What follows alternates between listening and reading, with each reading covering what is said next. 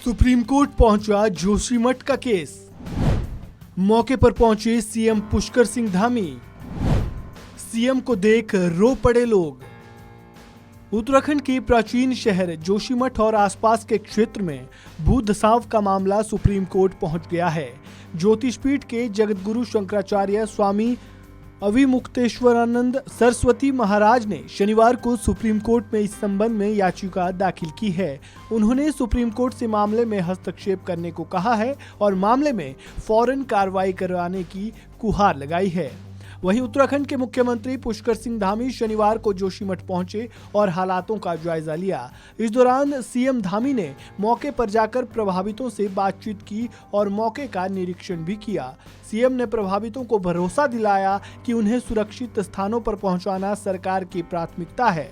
CM Dhami को मौके पर देखकर प्रभावित रोने लग गए और भावुक हो गए। सीएम ने रोते विलखते लोगों का ढांढस बंधाया और उन्हें हर संभव सहायता पहुंचाने का आश्वासन दिया। सीएम ने अधिकारियों से इस संबंध में विस्तृत रिपोर्ट मांगी। इससे पहले ही शुक्रवार को उच्च अधिकारियों के साथ हाई लेवल मीटिंग पर जरूरी कदम उठाने को भी कहा गया। दीर्घकालिक भी क्योंकि जो काम यहाँ पर होने हैं, इसके बाद आपदा, अभी तो पहले सबसे बड़ी बात है कि आपदा से कैसे हम लोग ठीक प्रकार से सबको सुरक्षित निकाल पाएं, ये हमारी चुनौती है। उसके बाद जो दीर्घकालिक योजना है कि इसको सुरक्षित रखना है, संरक्षित रखना है, ये हमारे लिए बहुत ही महत्व है, महत्व का कारण भी है। ये एक सबसे पहला मठ यहाँ स्थापित हुआ है। पौराणिक रूप से, हर प्रकार से, हर दृष्टि से, देश की सामरिक रूप से भी हमारा बहुत महत्वपूर्ण स्थान है। इसलिए हम उन सभी पर काम कर रहे हैं।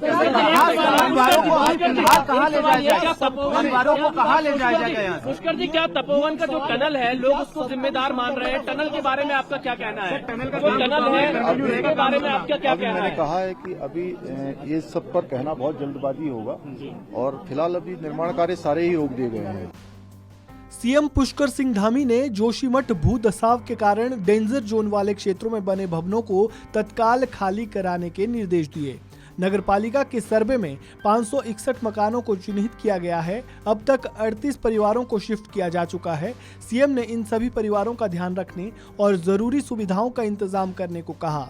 इससे पहले हाई लेवल मीटिंग में भी सीएम ने अधिकारियों को 2 तरह की प्लानिंग करने को कहा है। साथ ही लोगों के पुनर्वास और समस्याओं पर फोकस करने को कहा है।